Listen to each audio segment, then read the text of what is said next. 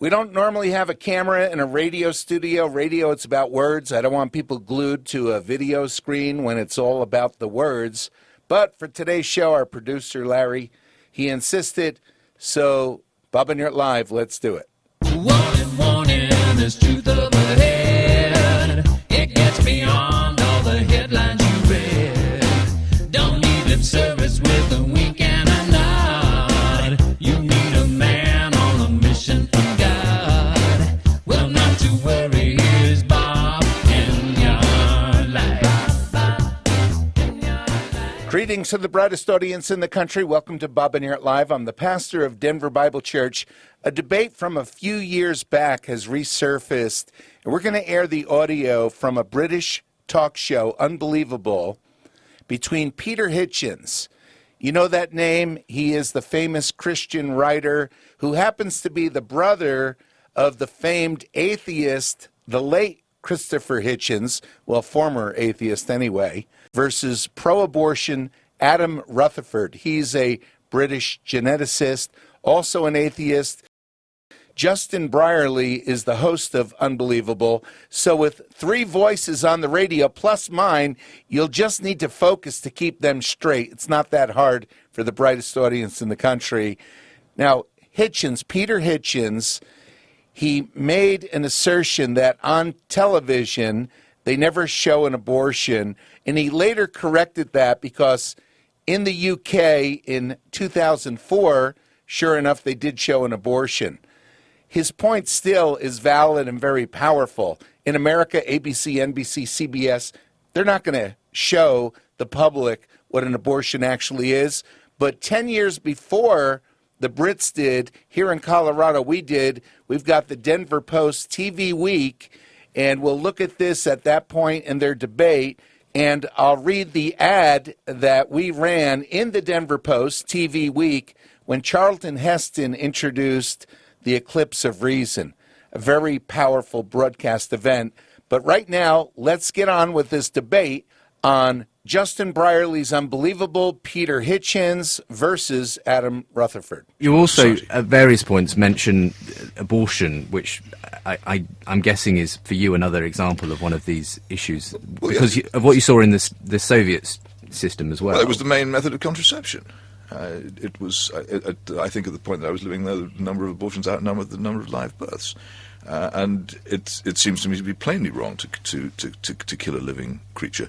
But it's one of those things where people say, oh, well, you don't need the Ten Commandments to tell you how to behave. Well, I have to tell you that if the Ten Commandments are removed from this, then people will immediately say, oh, no, abortion is not murder, it's just a blob of jelly. This thing doesn't matter, it's not a life, it doesn't count. And they will keep on doing it unless you have an absolute code which prevents it. Okay, so when we do away with this absolute code, which secularism would do away with, we increasingly open the door to the ill effects Peter's suggesting of that we see in society. So you're suggesting that if we have no God in society, then abortions will become the main method of contraception? Well, they virtually have done.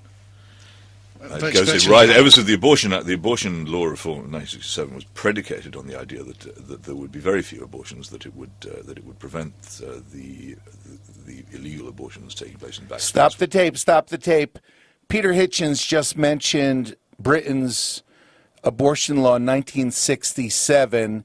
I'd like to point out that the death penalty has been banned in many countries right before abortion was legalized. In Great Britain, in fact, we could show you a chart from American Right to Life's website in their article, Abortion and the Death Penalty. In Great Britain, their last execution was 1964, and then they legalized abortion in 1967. And this is a pattern.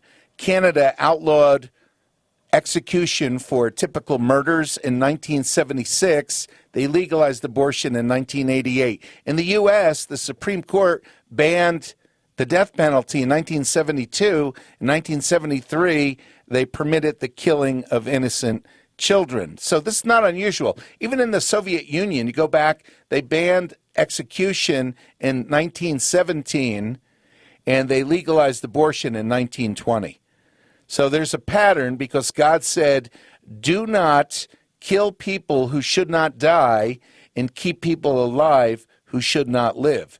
There's life and death go together with killing the guilty and protecting the innocent.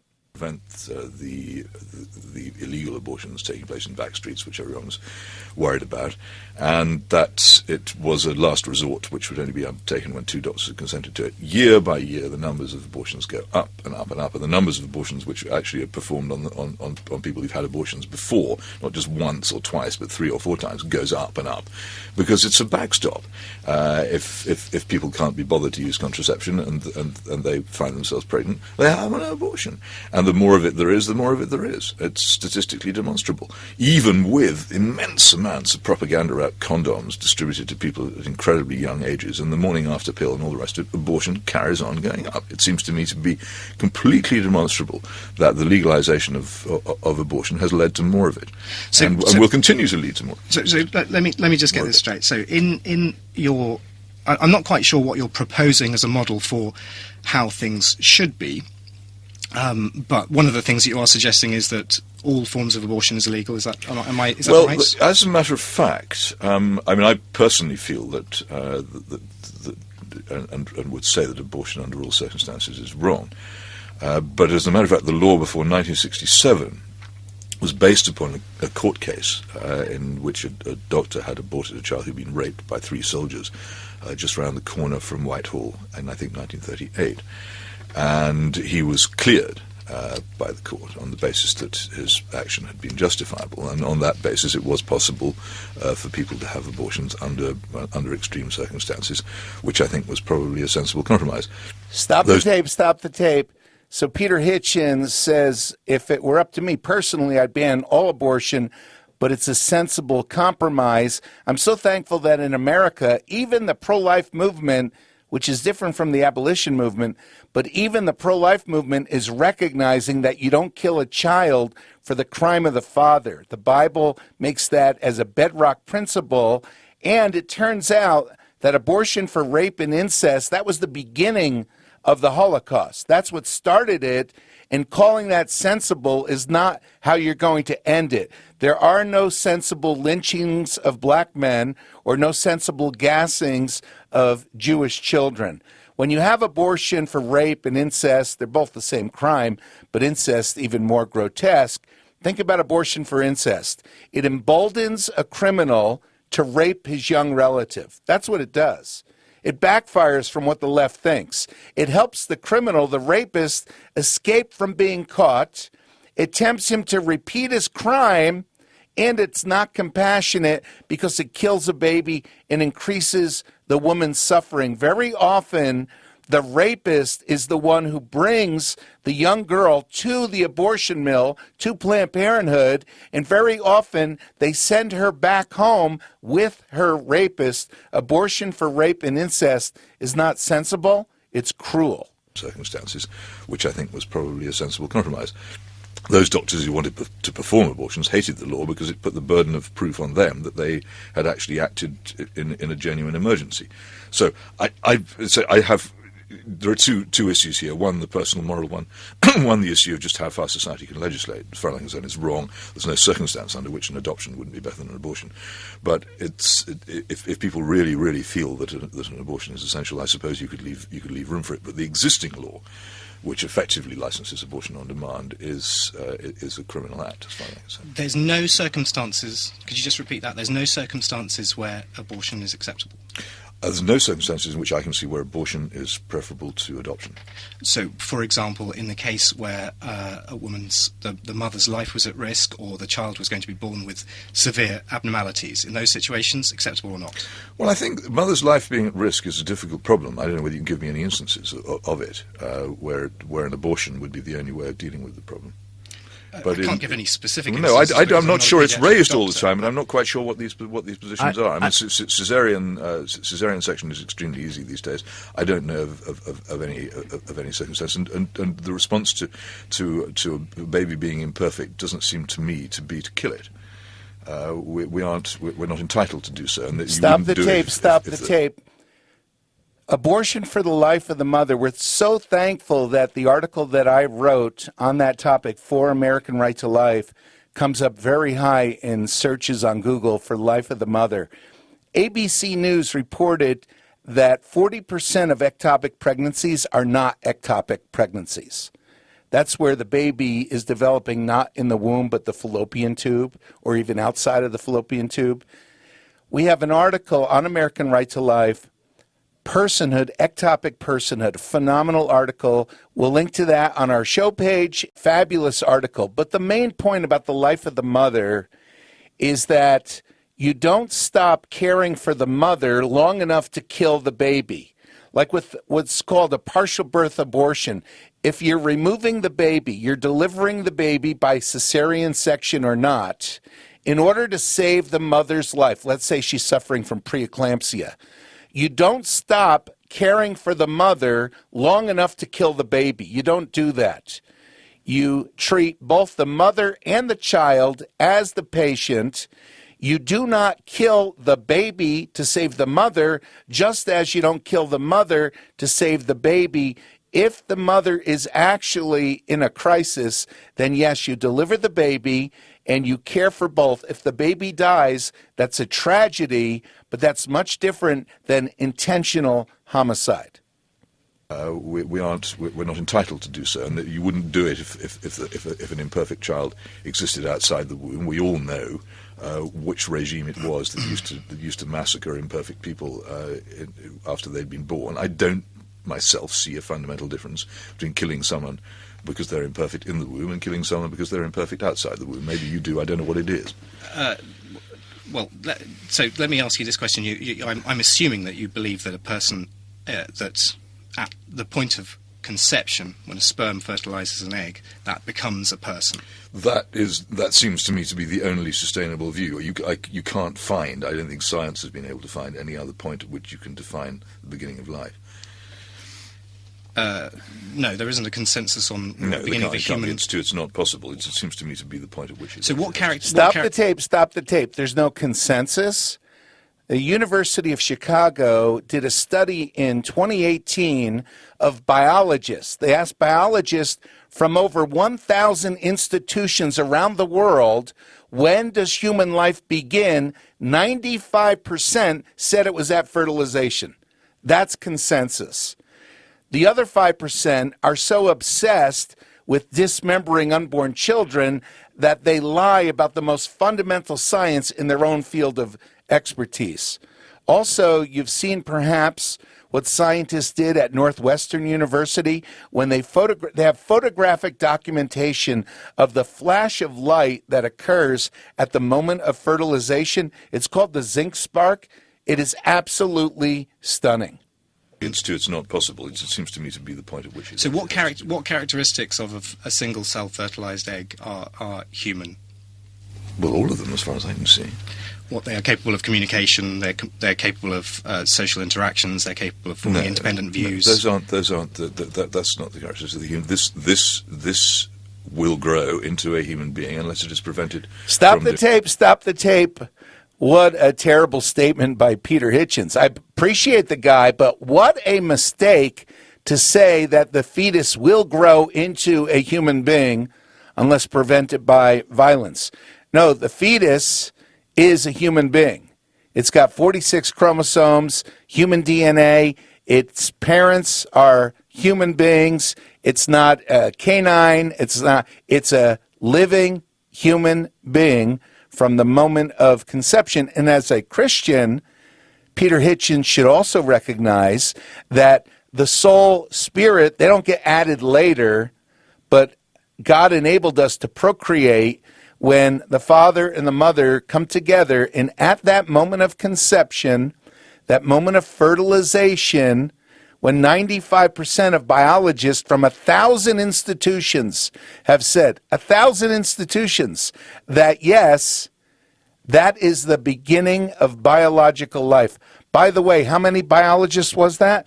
5,500 biologists. Will grow into a human being unless it is prevented from doing so by violence. So what about, are you also opposed to things like in vitro fertilization?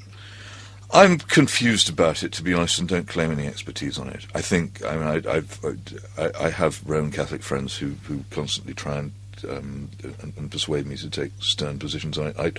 I don't, because I don't know enough about it. Bringing human life into existence is not criminal, but recklessly discarding the children that are brought into existence in IVF clinics and just throwing them in the trash, that's homicide. That's criminal.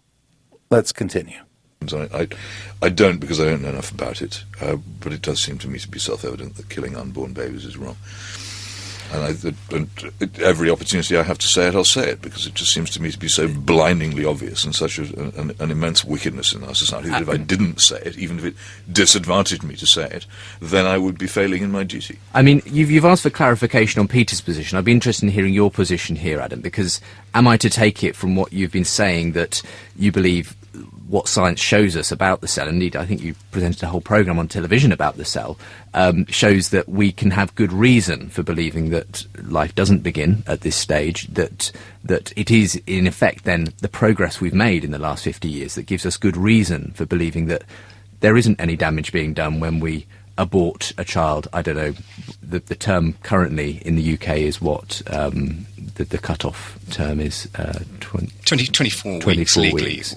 Do you believe there's a sort of, that's justified scientifically, that we can come to these conclusions not because of a morality in a book, but because we've scientifically looked into this and decided this is the moral sort of framework? There's two different questions at stake here. The first is, at what point does a fertilized egg become a person? And there is no scientific consensus on this. There is no scientific definition of what that could possibly be. You're slipping though. Stop the tape. Peter Hitchens will hear his response, but that fertilized ovum, at that moment of conception, you have a living human being, and these people are not smart enough even to assert that a living human being is different than a person. A person is a living human being. There is no scientific consensus on this. There is no scientific definition of what that could possibly be. You're slipping, though, from human to a person. You're trying to define the human not as a physically, objectively existing thing, but as a social being, which, of course, no one in a womb can be. So presumably you're not a person until the Stop the tape. We have to clarify that. The baby in the womb, remember the classic example of John the Baptist, who leapt for joy when he was in his mother Elizabeth's womb at 6 months of gestation, when Mary walks in, and in her womb is the baby Jesus. Babies get to know their mothers. They could distinguish their mothers from a nurse when they're born. They learn songs, they learn melodies from their mother when their mother sings to them. Babies are born knowing morality, knowing physics, knowing basic rudimentary math, and we've covered this on Real Science Radio. So babies are alive to God from the moment of conception, and that's social. So presumably you're not a person until the moment you're born, by that definition, but you're still a human. Well, and this kind of sophistry is what you get when people want to justify killing for their own convenience, and abortion is conducted almost invariably for the convenience of others. Let's allow Adam to finish there. Yeah. But as I said, there isn't a scientific consensus on it. The reason we have 24 weeks as the cut-off point, unless there are medical reasons to extend beyond that, is because there's no scientific evidence that younger fetuses than 24 weeks have an increased survival rate. Stop the tape. When they talk about consensus, right, on global warming, they're such hypocrites. When virtually all biologists around the world acknowledge that human life begins at fertilization. But remember the claim, atheists, they still make it, that life was created in the laboratory in 1952. We have a great graphic at AmericanRTL.org/Darwin, and it shows what many pro-aborts and atheists claim. They claim that scientists made life in the lab, and what they made were acids. They made a few amino acids, and they look at a baby. Think of the baby, the teardrop baby, you know, that little baby being held in in its sac, and there's that tiny little baby, and they say that the few acids were life, but the baby is not life. They're hypocrites, and they're hypocrites because they want to kill the innocent because they're in rebellion against God. Than 24 weeks have an increased survival rate. Listen to the word fetus. It's a fetus. It's a nice Latin word. It's dehumanized already. It's not a baby. It's a fetus. That's correct. It's dehumanized so you can kill it. It's not a baby. That's what killers always do. They dehumanize their victim before they kill it. A fetus is not a baby, and there's not no the baby. possible way Okay, that you hear that claim? It's not a baby. Let's go to the BBC this year, 2019, and we'll hear their interview with Leroy Carhart. Just a short clip. Now, he is one of the infamous late-term abortionists in America. He's been killing babies for decades. Let's hear this short excerpt. What counts as a medical need, in your view? I mean, if the woman is really stressed about her pregnancy, I qualify think her it for has to get more to the point of depression, not just stress. And it fit within my confidence of what we could do safely, I would do that.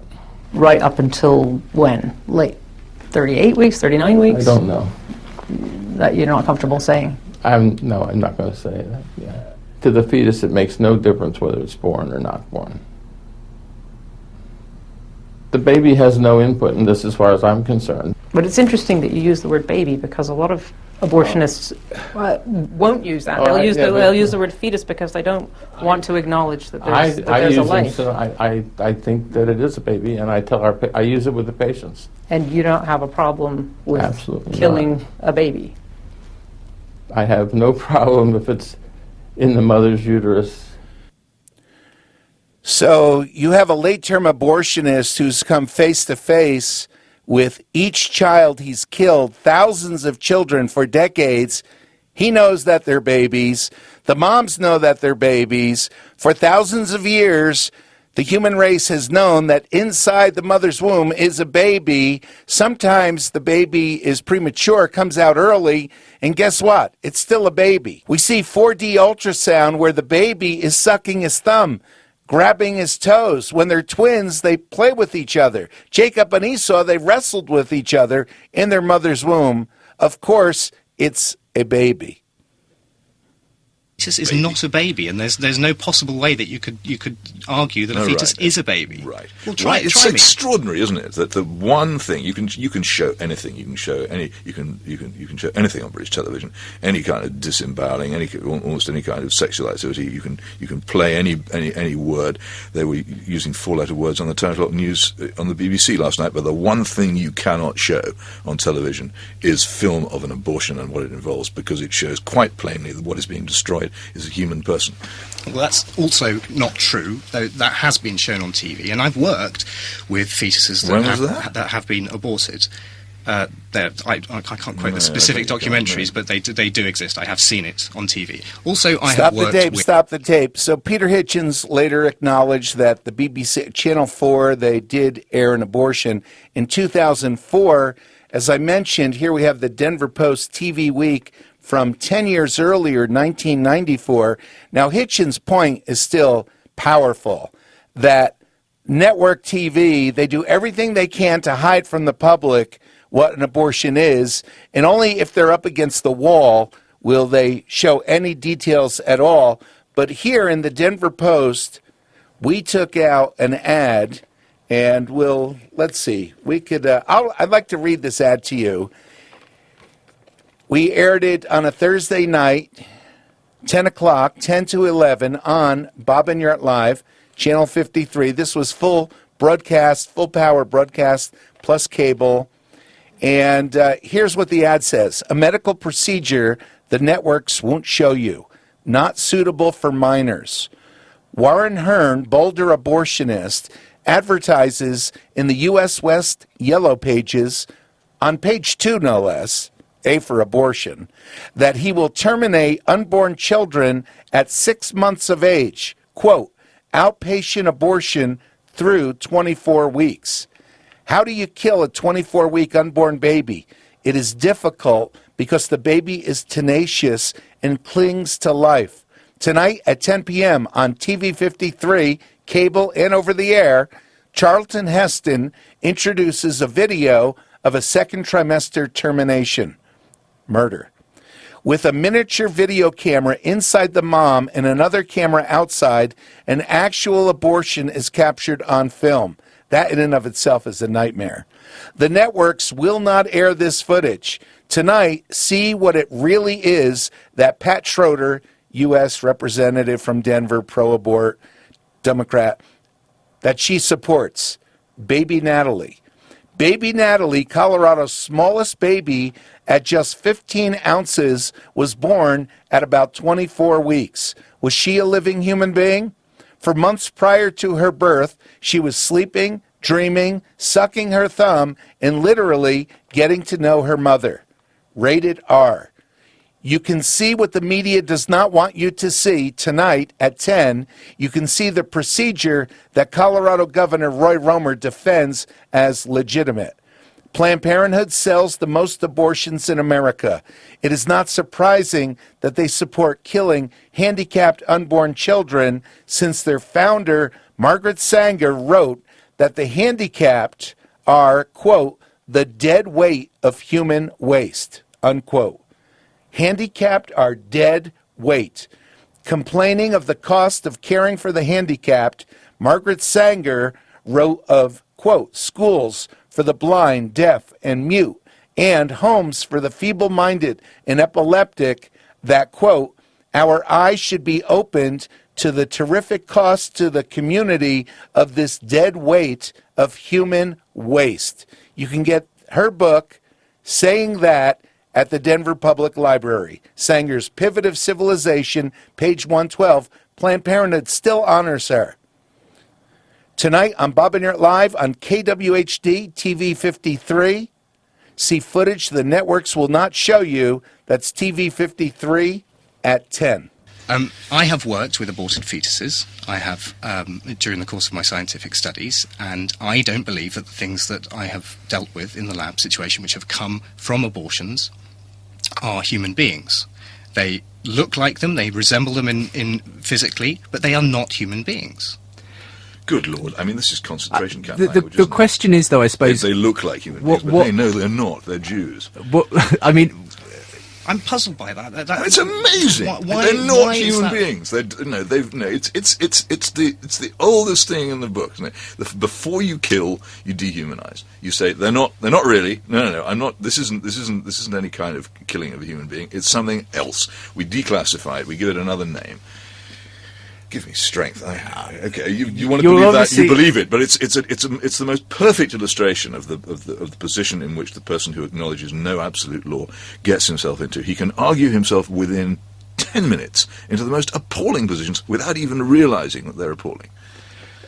I mean, I suppose that the point that is being made here, Adam, is what gives you the moral authority to decide when a human life begins? He's a scientist, that's what. I mean, is it that? Science doesn't inform my morality at all. The second question in this is, so there's a scientific point at which we fail to agree on, and science doesn't have a decent answer for, which is at what point does a fetus become a human? We've talked about that. And the second point is why I feel morally justified in supporting abortion as, in principle, which is to do, I believe, with the mother's right to choose her own destiny, and to the extent that it is that it is an adult human is more important than an unborn, unsentient fetus, and I believe that is a moral absolute. And Stop the tape. Unsentient? What an ego this pro-abort has. He will stand before God, and the children he advocated killing will be there testifying against him. I don't think Peter Hitchens gets around to answering the claim that the adult human is more important than a fetus. An adult is not more important than a baby. Let's continue. Moral absolute. And I don't see how you could argue against that. You don't see how you could argue against it. That's Well, another- how do the that's another rights? thing. I mean, I can How do I the can see rights how of you make something your which is- case. I which can is see in exactly how you sentience. make it. I can see how you can arrive at your conclusion. I used to believe it.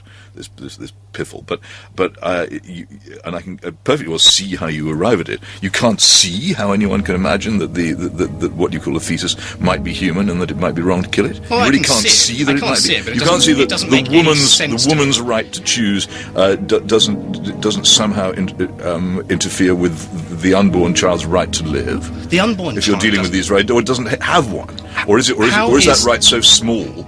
And what is this right to choose? On what grounds is it exercised exactly?